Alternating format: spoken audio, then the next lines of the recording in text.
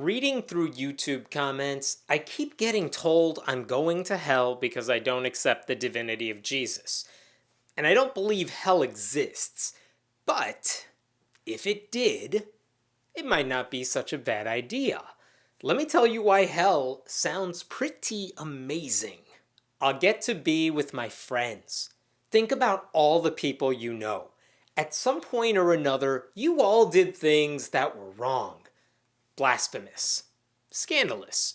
The sorts of things you would never want a pastor to find out. And you know what? Those were some of your best memories. Those were the things that you look back on fondly when you get older. If you're not doing the sorts of things that fundamentalist preachers complain about, are you really even living? And don't you want to spend eternity with your friends? There's nothing very appealing about heaven. Think about all the stereotypes you've ever heard regarding heaven. You watch over your living loved ones from above without getting to directly participate in their lives. You play a harp. You sit around all day while God is mere feet away from you. No phones. Might be nice for a day, but not forever. You need some variety. Hell seems way more unpredictable than heaven. And variety is the spice of the afterlife. I accept responsibility for my actions.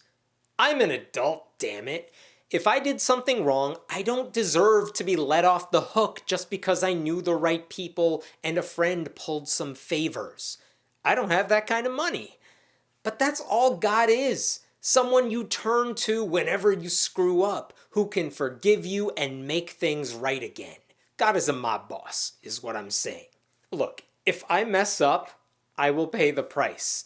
All those people asking for forgiveness for their sins are usually just sad they got caught.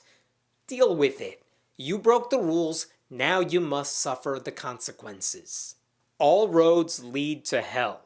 Have you ever seen those pictures of street preachers listing off all the kinds of people who will go to hell?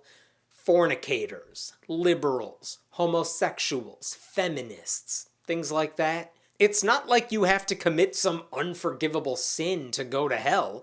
The place is not full of serial killers only.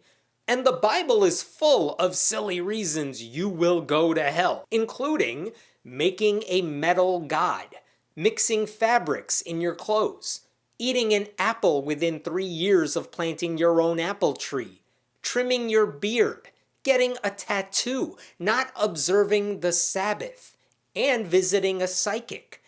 And those are all from the same chapter. Even if that's Old Testament, there's no way I'm navigating every biblical minefield. The point is, if you're doing anything interesting, odds are you've upset God. So why stop now? Listen, I heard if you break all 10 commandments, the 11th is free. Heaven is full of the worst people. Think about everyone you've ever heard say they're so religious, they're surely going to heaven.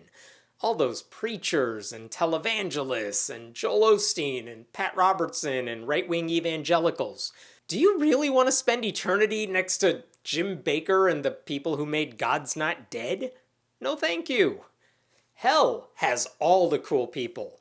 Rock stars and rebels. I mean, I am totally gonna see all of you watching this right now. And I look forward to meeting you in person. There's more creativity in hell.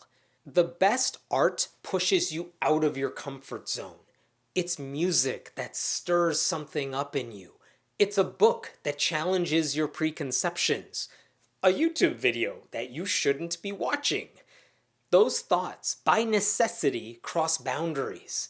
They may offend religious sensibilities, which means you won't find that in heaven. Biblical morality always comes across as so black and white. It's why Christian movies are so awful. There's never any nuance in them. So if you're looking for creativity and the good kind of provocation, you're only going to find it in hell. You can only experience physical pleasure in hell. Do people in heaven eat food, drink, have sex, go to sleep? I've never heard Christians talking about any of those things, which suggests all of that becomes irrelevant in heaven because why would you need it? I have actually heard Christians say the pleasure of being in God's presence is greater than all of those other things I just mentioned combined. Which is not quite the advertisement they seem to think it is. But also, if heaven is eternal pleasure, remember that those pleasurable things are most enjoyable when you don't have them. A pizza and cold beer are great when you're starving after a long, hot day. Sleep is amazing when you're really tired and finally lying in bed. Sex is awesome, but even adult film stars need a break. You get the point. If everything is supposedly awesome all the time, like every description of heaven suggests, that doesn't mean you're gonna love it. You can't really experience joy unless you've also experienced the flip side. And no description of heaven that you will ever find permits sadness. The weather doesn't seem too bad. I live near Chicago. Winters are awful, and I've learned to deal with the scorching hot summers. So walking through fire is just not that big of a deal.